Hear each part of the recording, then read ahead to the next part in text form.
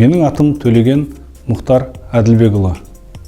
Сәрсен Аманжолов атындағы Шығыс Қазақстан мемлекеттік университетінің ректорымын.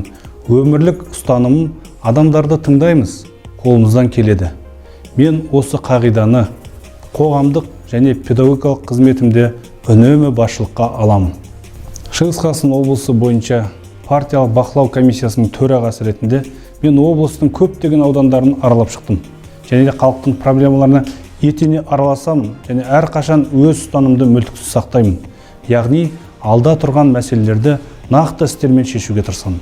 Қандай мәселе болмасын, ауылдық аудандарды сумен қамтамасыз ету, немесе қаланың жаңа аудандарының сенімсіз құрылыс салушылардың проблемаларын шешу, Абай ауданының Қарауыл ауылындағы мектептің іргетасынан бастап мектепті іске қосуға дейінгі құрылысын бақылау, біздің партиялық комиссия адамдарға олардың күнделікті туындап отырған мәселелерін шешуге көмектеседі.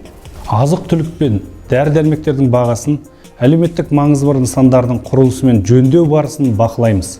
Әлеуметтік жағдайы төмен азаматтарға көмектесеміз. Себебі біздің мақсатымыз әр адамның әл-ауқаты мен Қазақстанның тұрақты дамуы, лайықты өмір сүру деңгейі, әлеуметтік қорғау біз үшін өте маңызды.